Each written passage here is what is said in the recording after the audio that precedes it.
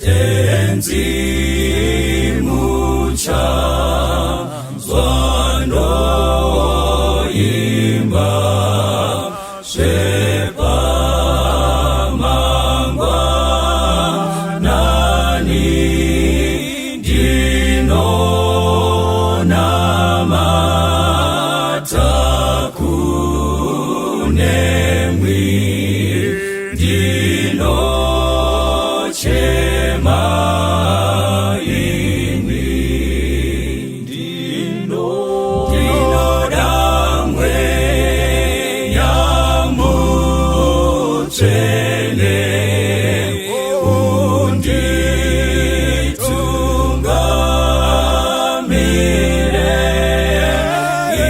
itanyinzira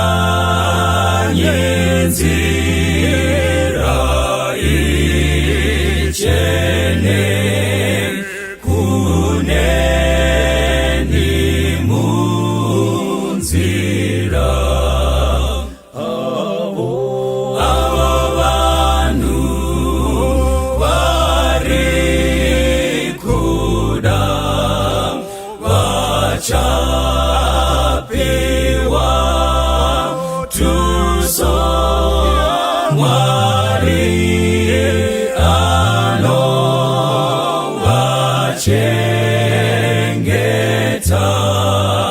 nemutsasenowo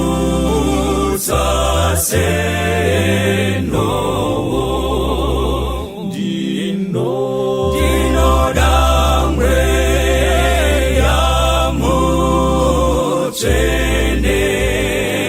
unditungamire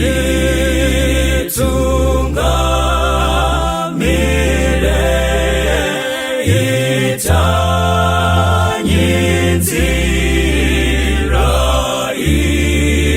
ichene kuneni munzira.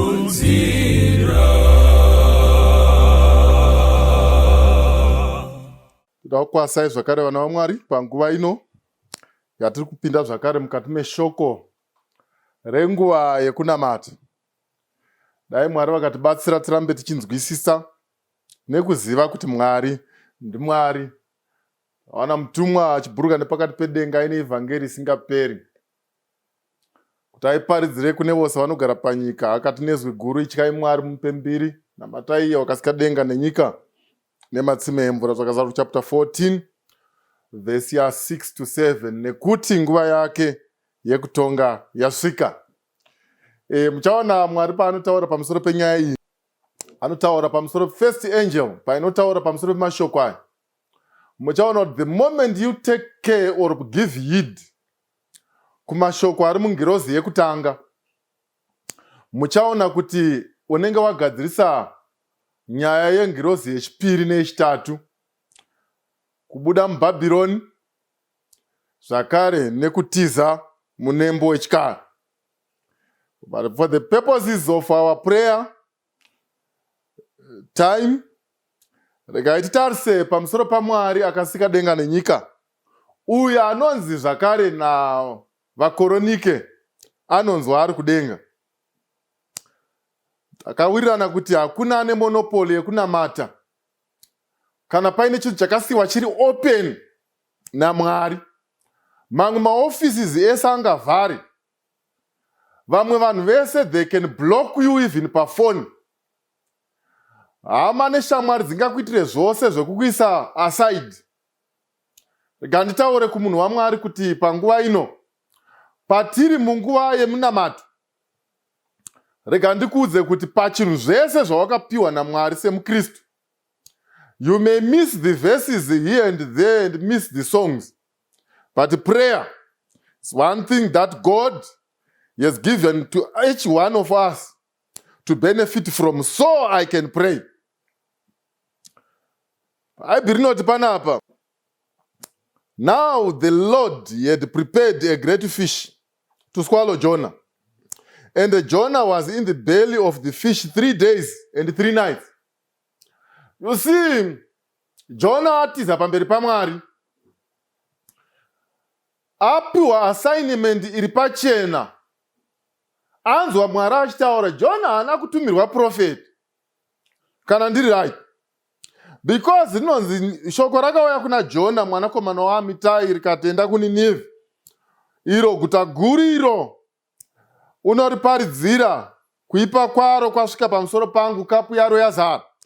Jonah nekutya nekuda kweukama hwanga hwari pakati pemaAsyrians nemaJudha, it was a long standing battle.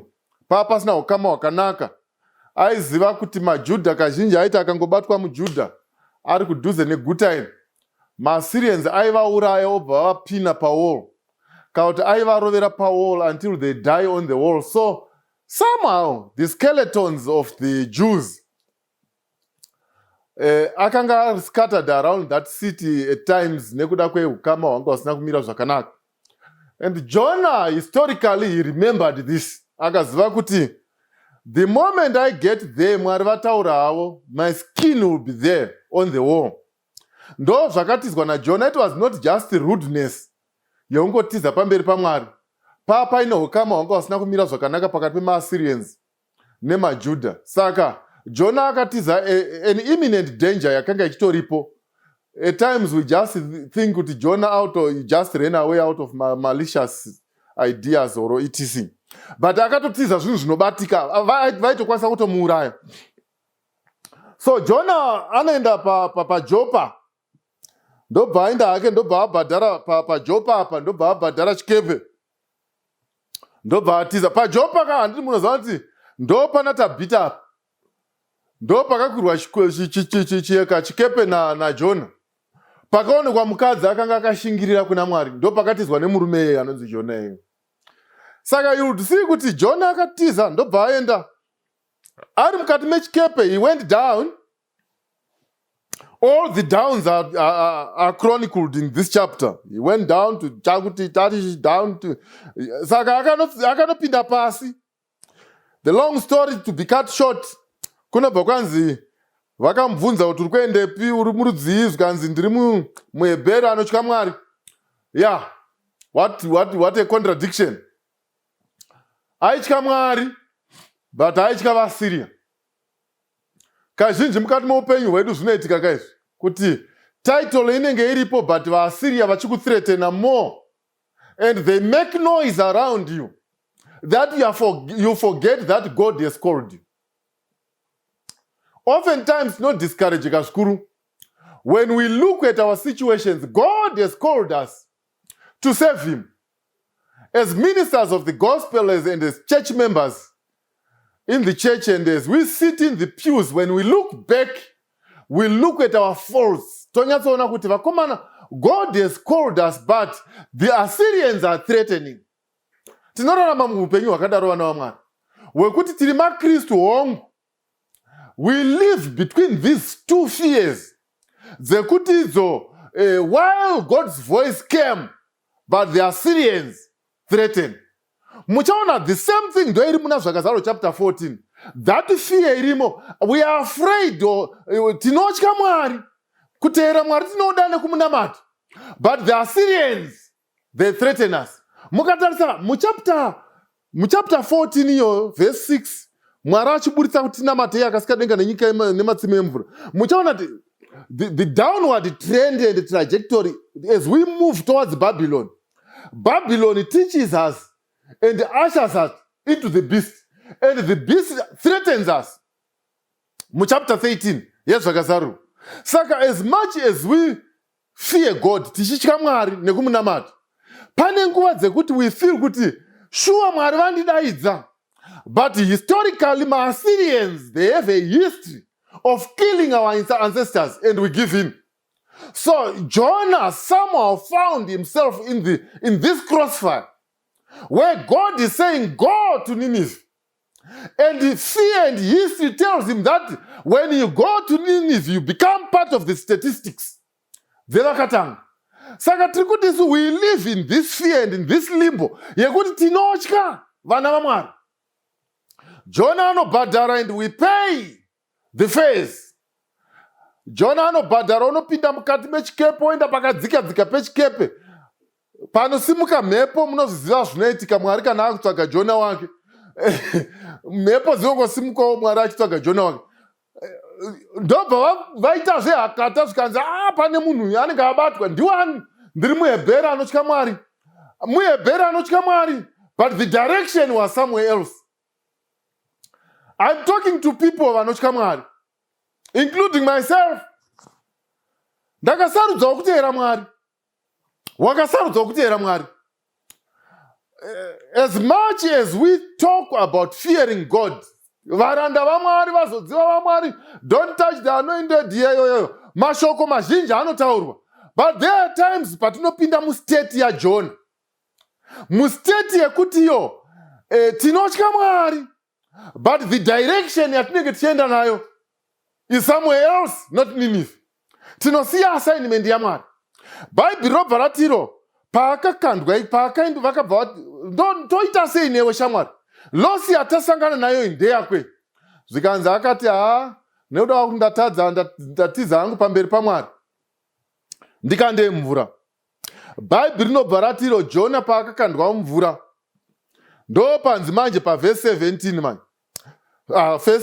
Verse 15. So they picked up Jonah and threw him into the sea. And the sea ceased from its raging.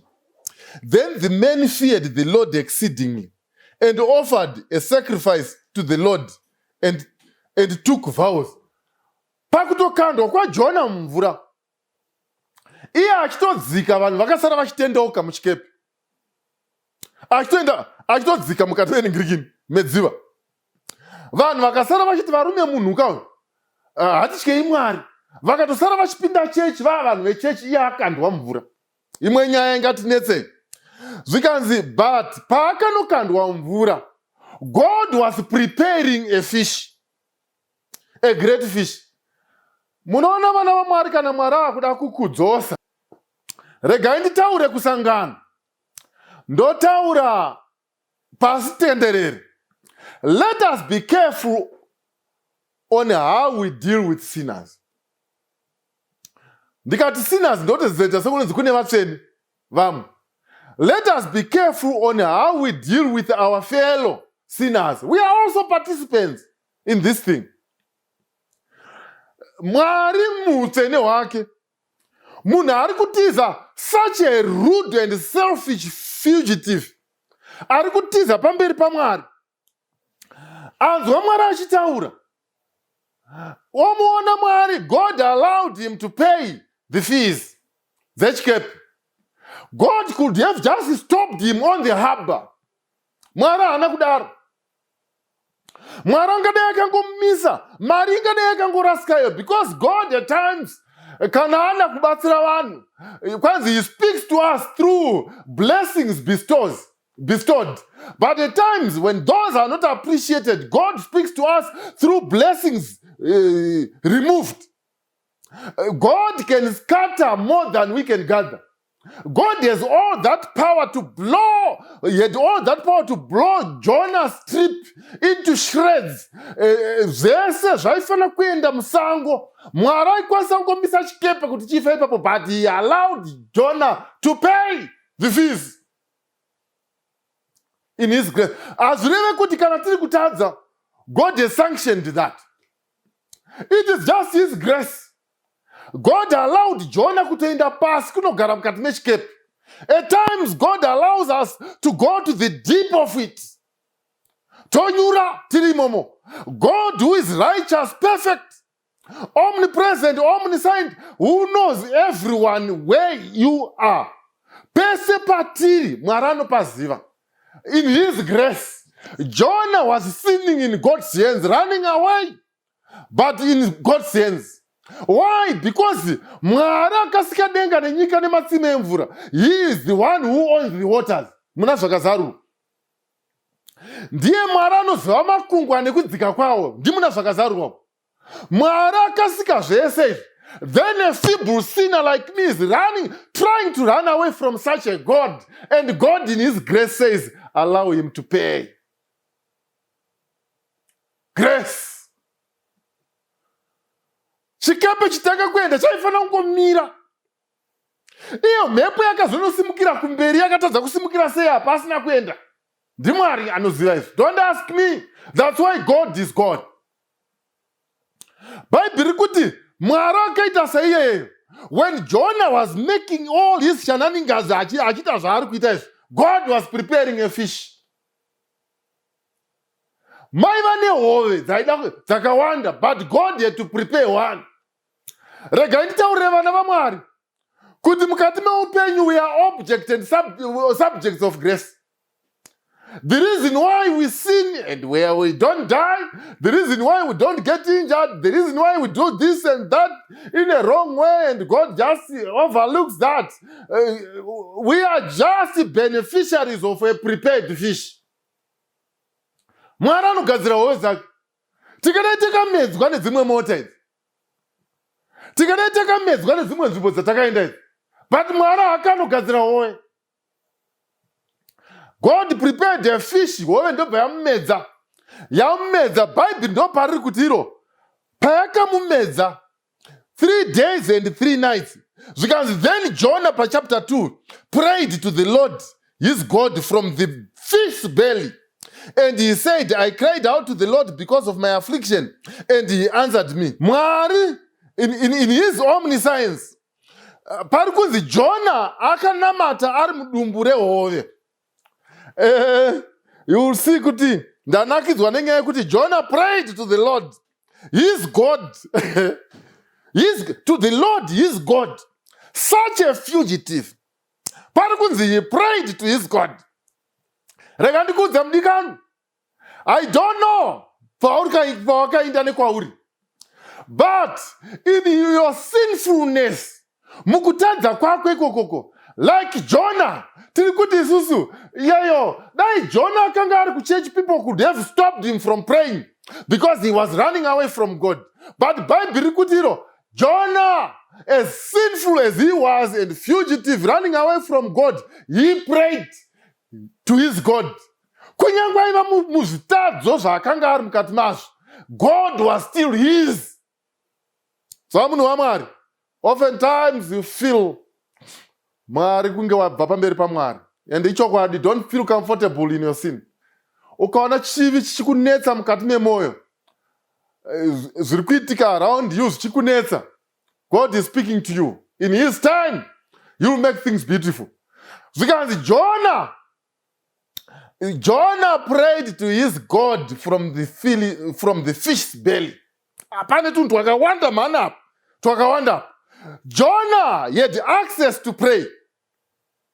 Given a chance of a church body being nearby, he was not allowed to pray because he was not a member in good and regular standing. But he prayed. Prayer is no one has a monopoly. Even sinners can pray. He prayed to his God. Muchiri kuyauka paya Daniel anonamata akatarisa kuJerusalem. This one prayed to his God. Inzwai vana vaMwari, vatadzi vakaita seni newe. As much as distance from Jerusalem and other holy places may be far, pray in the fish's belly. Anonamata. Zvikanzi Jonah kuimba pano ndakachema kuna Mwari wangu mukutambudzika kwangu, and he answered me out of the belly of Sheol. Handikudze vana vaMwari, you can pray. And munamato uyu nzikwa sei uyu wemudziva rehove. Mwari wamedzwa nehove. And this is not a small fish. Dzinongotambira kunhu kwakangodaro daro. Idzi dzaifamba munzvimbo dzakadzika. This is not a dam. Because it is boti kai raivana naJohn. Vaiva muship which is bigger and huge. Kudarika mabhotsi. So the type of fish yakamedza Jonah for 3 days and 3 nights, that is grace also.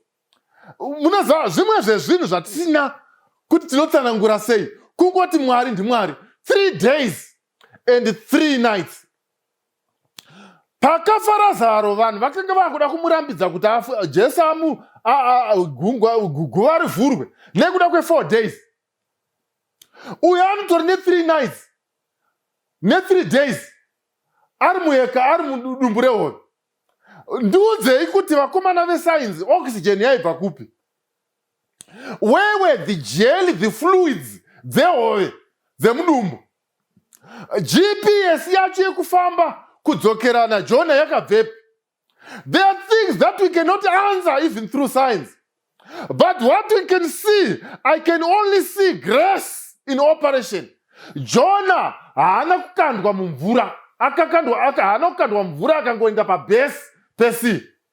Akakandwa mumvura akaenda muhove. God was preparing a fish. Amedzwa anoenda mukati medumbu. Hove ndobva yatanga kufamba naye. Ari mukati medumbu imomo ndomanonzi akanamata. Ndiani ainzwa munhu ari mudumbu rehove? Ndiani ainzwa munhu ari mudumbu rehove iri pasi pegungwa?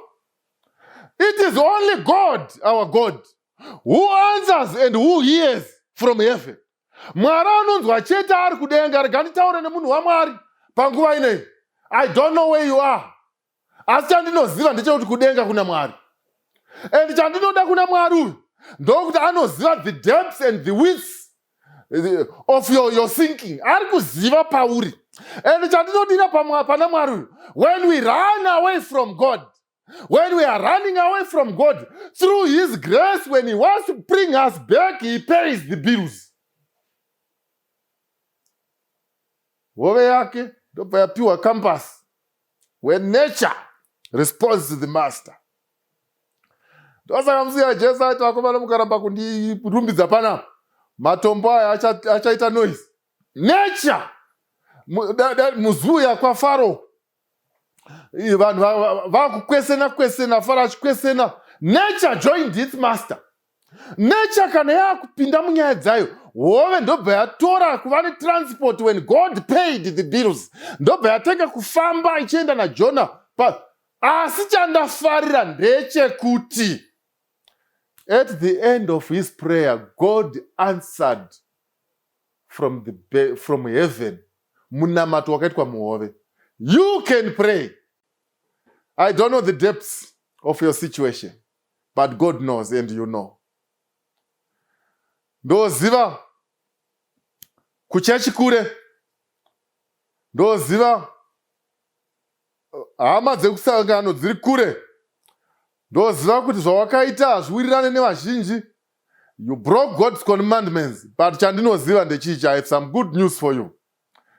God prepared that fish. Through His grace, you were not swallowed.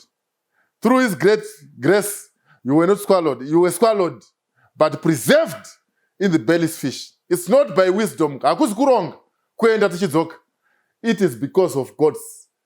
But because type yehove dzotoradza kuti type yachaiti ukangodya wapera, but God prepared it.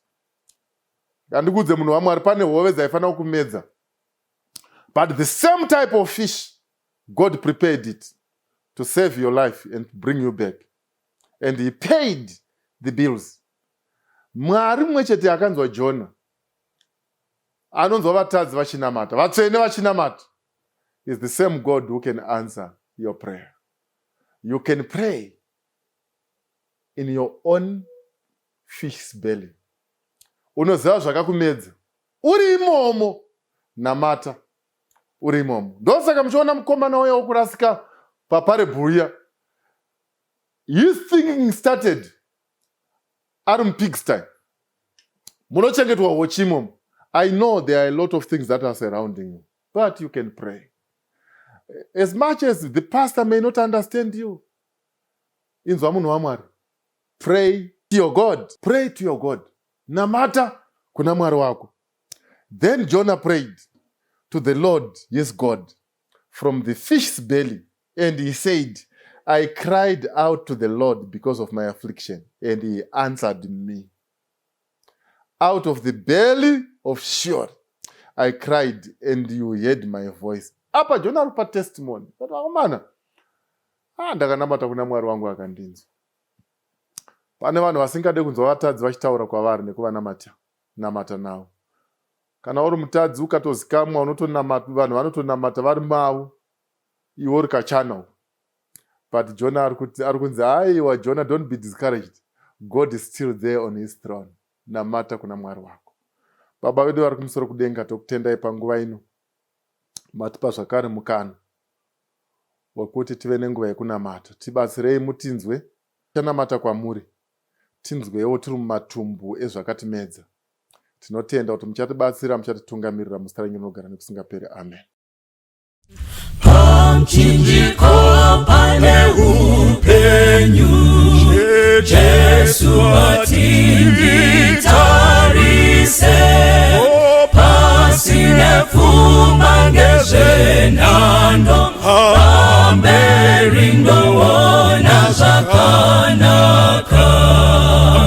Mune upenyu mukutarisa, muchinjikwa upenyu wakanaka, kutarisa Kalvari. Apo ndakamutarisa Jesu, iye akanyemwerera, kuti ndava mumatambudzo, muchinjiko unondisimbisa. Mune upenyu mukutarisa, muchinjiko Kristu, upenyu wakanaka, kutarisa Kalvari.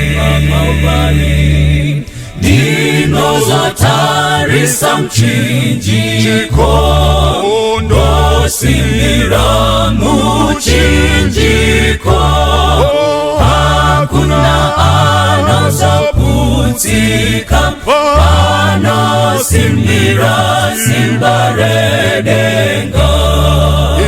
Mune upenyu mukutarisa,